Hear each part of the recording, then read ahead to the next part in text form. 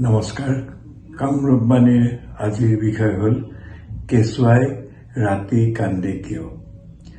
কেঁচুৱাইটো কথা ক'ব নোৱাৰে। কেঁচুৱাৰ কান্দনি ভাষা।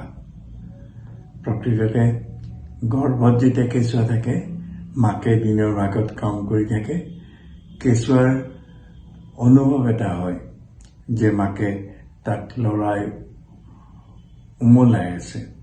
কিন্তু ৰাতি যেতিয়া মাকে বিচনাত পৰে, বিশেষ লৰচৰ নহয়, তেতিয়া কেঁচুৱাই ভাবে যে তাক উমলোৱা নাই, আৰু সেই সময়ত কেঁচুৱা সচেতন হৈ থাকি হাত ভৰি মাৰি সজাগ হৈ থাকে। আৰু এই গৰ্ভস্থ অৱস্থাৰ অভ্যাস কিছুদিনলৈকে জন্মৰ পিছতো থাকি যায়।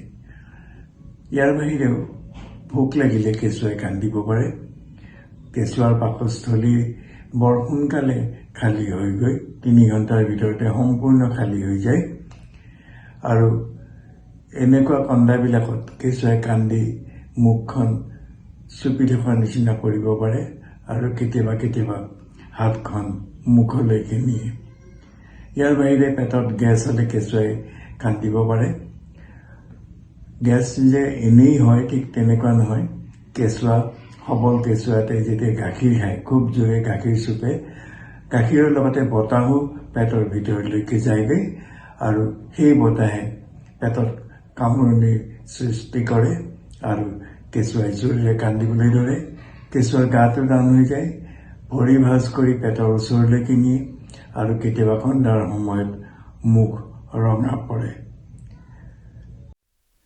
এনেদৰে বতাহ খাই কষ্ট পোৱা কেঁচুৱাক গাখীৰ খোৱাৰ পিছত কান্ধত পেলাই পিঠিত থপৰিয়াই দিব লাগে। প্ৰায় 10 মিনিট সময় এনে কৰিব লাগে। যদি পিঠিত থপৰিওৱা সম্ভৱ নহয়, কেঁচুৱাক বহাই বা ভৰিৰ ওপৰত উবৰি কৰিও এনেধৰণে গেছ উলিয়াই দিব পাৰি।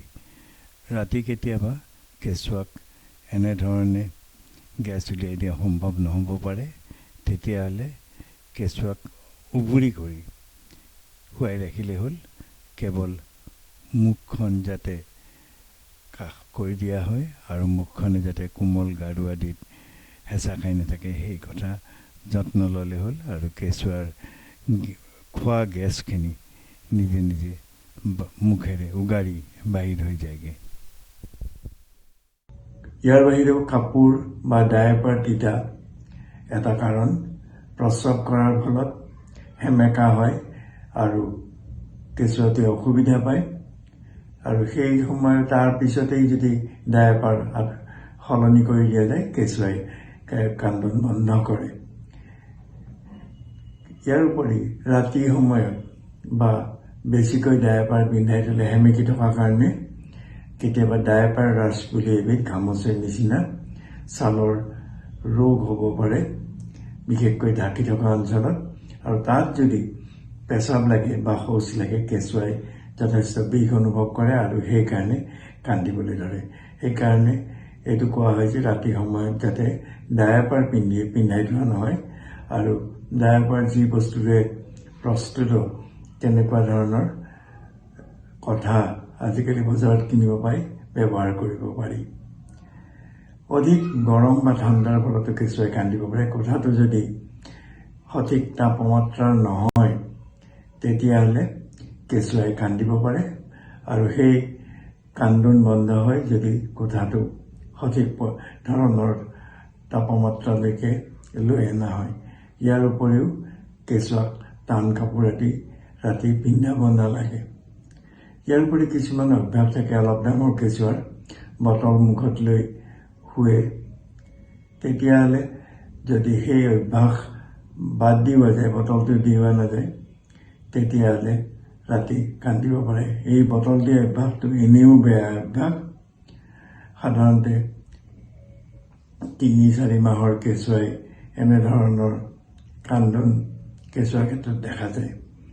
5 মাহ বা 6 মাহ মানৰ কেঁচুৱাই মাকৰ লগত শুৱা এটা অভ্যাস হৈ পৰে, আৰু যদি কোনো কাৰণত মাক বা পৰিচৰ্যাকাৰীৰ লগত নুশুৱে, তেতিয়াহ'লেও কেঁচুৱাই কান্দিব পাৰে। ইয়াৰ উপৰি শোৱাৰ সময়ত যথেষ্ট হুলস্থুল যদি থাকে, শোৱাৰ সময় যদি বেলেগ হয়, তেতিয়াও কেঁচুৱাৰ টোপনি ভাল নহ'ব পাৰে আৰু ৰাতি কান্দিব পাৰে। এইকেইটা সাধাৰণ কথা। তাৰ বাহিৰেও কেঁচুৱাৰ ৰোগ হ'ব পাৰে। এই ৰোগ সাধাৰণ নাক বন্ধ হ'ব পাৰে, জ্বৰ হ'ব পাৰে বা কাণ পকিব পাৰে আৰু কাণ পকাৰ বিষৰ ফলত ৰাতি কান্দিব পাৰে। এই কাণ পকাৰ প্ৰধান কাৰণ হ'ল মাকে শুই শুই কেঁচুৱাক বুকুৰ গাখীৰ খুওৱাটো।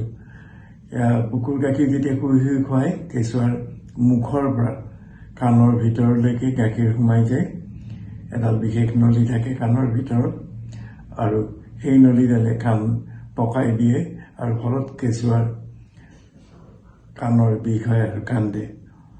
কিছুমান কেঁচুৱাৰ দেখা যায় ভৰিত সৰু সৰু গুটি থাকে, হাততো থাকে, কিন্তু আবৃত হৈ থকা অঞ্চল যেনে পেট, বুকু আদিত তেনেকুৱা নাথাকে। এইবিলাক সাধাৰণতে মহৰ কামোৰৰ কাৰণে হয়, আৰু মহৰ কামোৰৰ পৰা এলাৰ্জি হৈ গৈ মাক বাপেকে গম নাপালেও এনেধৰণৰ কথা প্ৰায়ে দেখা যায়। আৰু এনে কেঁচুৱাক দীঘল পায়জামা বা দীঘল হাতৰ চোলা পিন্ধাই, পাতল হ'লেও তেনেকুৱা ধৰণৰ পিন্ধাই থ'লে কেঁচুৱাই এনে কষ্টৰ পৰা হাত সাৰি থাকিব পাৰে।